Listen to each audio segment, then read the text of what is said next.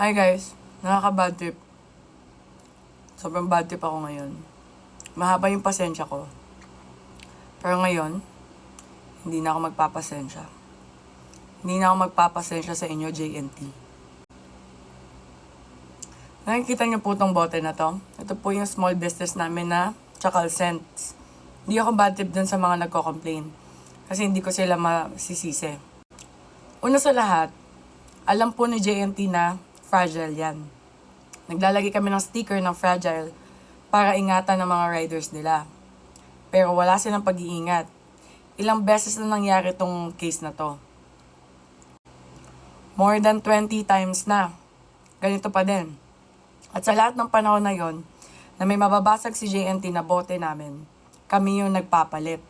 At never sila nakipag-coordinate sa amin kung anong solution ang gagawin nila. Kasi, guys, alam nyo ba? Pumunta ako sa warehouse ng JNT one time. And to my surprise, binabato nila lahat ng parcel na makahawakan nila doon kapag sinesegregate nila yung mga parcel. So, ganyan yung sistema nila. Bubunutin, itatapon. At yung tapon, malayo at mataas ang pananggagalingan ng parcel na tinatapon nila. So, ngayon, JNT, anong purpose ng fragile na sticker kung hindi nyo iniingatan yung mga parcel na nakalagay ay fragile? Fragile nga, mababasag eh, di ba? Wala ba tayong briefing sa mga riders natin na pag may nakalagay na fragile, dapat hindi tinatapon o dapat iniingatan? Kasi kung ang babaw po ng training natin sa kanila, ganito na lang ng ganito yung service natin. Speaking of service, sobrang bad po ng service ninyo. Kasi hindi lang po kami na small business owner ang nagrereklamo sa inyo. Marami pang iba. Ang nakakatawa pa nito, pag meron kayong parcel na nawala during the shipment, di ko alam kasi palipat-lipat kayo ng mga warehouse eh.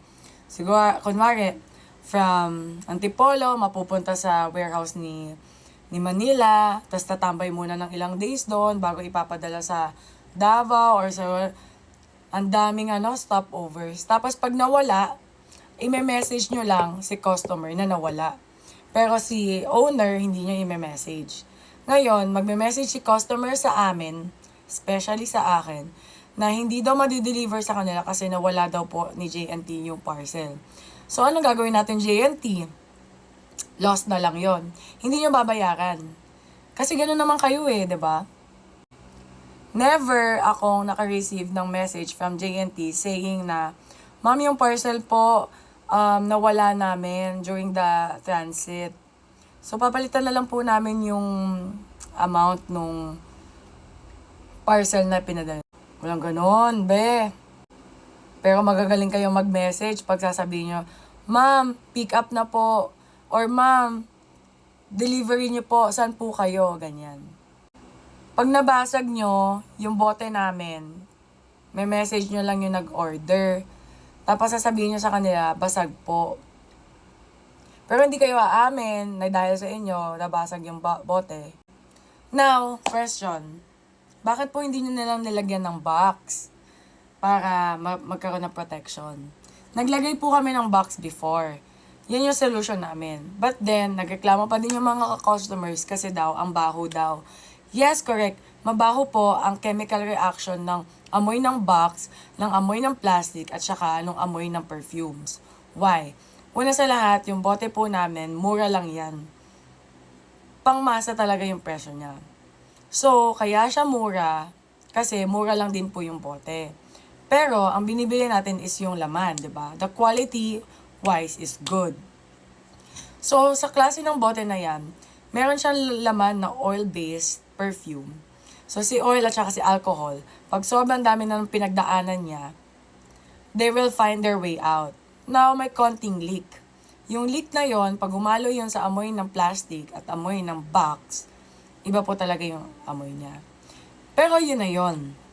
So what we did is, tinanggal natin si box. Okay? Pinaliputan natin ng madaming bubble wrap. Tsaka, sinabi natin kay JNT na, puro bote ito, lagyan natin ng fragile. Ayun. Awa ng Diyos, basag pa din. More than 20 na yung sinasabi kong cases.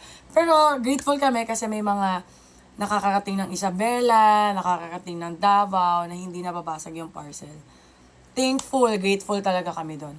Pero paano po yung mga parcel at order sa amin na nabasag pero hindi nyo binayaran kasi mishandled by you guys? Thank you na lang yon, gano'n na lang yon. Thank you na lang sa pagbayad namin sa service ninyo or sa bayad ng customer na shipping fee. Parang hindi tama yun Kailan ba kayo magiging accountable sa mga shortcomings nyo? Kasi kami, pag may mga shortcomings kami, pinapalitan namin. We find a solution. We communicate with our customers. We negotiate. We coordinate. Ganon. Pero kayo, I believe you have to build a trust in us to have you as our distributors ng mga products namin. Pero kung ganyan kayo ng ganyan, nakakawalan kayo ng gana. Pati yung tiwala namin na ma-handle nyo ng maayos yung mga parcel namin, nawawala na din kami ng tiwala sa inyo. Sana you have a team where you can discuss how you can improve your services, how will you be accountable in such matter, katulad ng mga ganyan. May nawawala kayong parcel, nababasag nyo, nadadamage yung parcel. Paano ba yung ganon?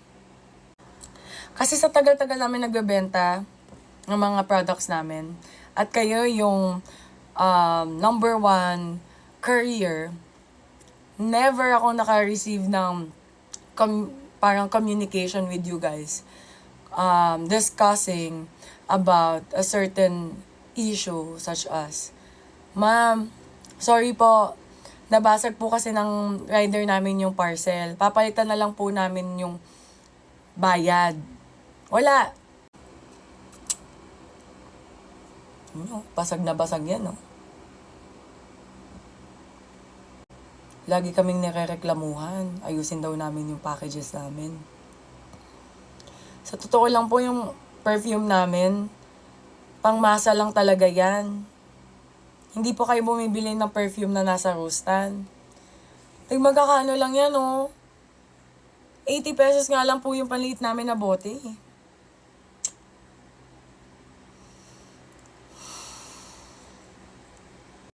Sa sobrang taas ng inflation ng Pilipinas ngayon, sa tingin nyo, bobonggahan ko pa yung presyo ng perfume namin? Hindi po. Kasi kapag ka naman mali kami, mali yung scent na naibigay, ibang bote po yung naipadala, kaagad, ginagawan po namin ng aksyon.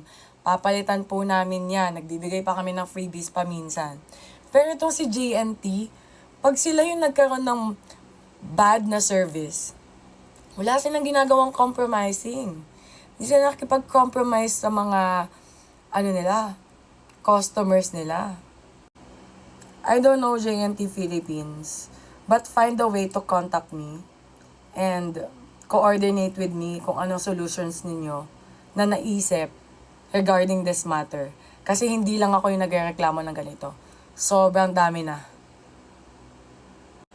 I created this video not to show people how bad your services are, but also to show awareness na ganito yung sistema ninyo.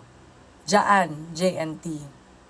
Pasalamat na nga lang hindi ko binidyohan yung mga warehouse ninyo Kung gaano na walang pakialam at walang pakundangan nyo lang binabato yung mga parcel namin. Maliit na business lang to Kayo, kumpanya na kayo. Imagine nyo, kapag pinagsama-sama lahat ng mga small businesses na nagreklamo sa inyo, sobrang dami nun. Pag na-damage nyo yung mga products namin, goodbye na lang.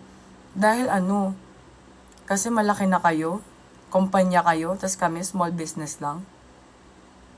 That's unfair.